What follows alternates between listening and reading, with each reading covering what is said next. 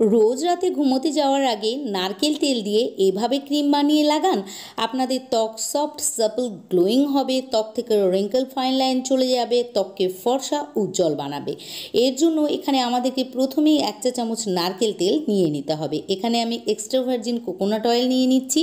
আপনাদের কাছে না থাকলে যে কোনো সুগন্ধ ছাড়া পিওর নারকেল তেল নিয়ে নেবেন।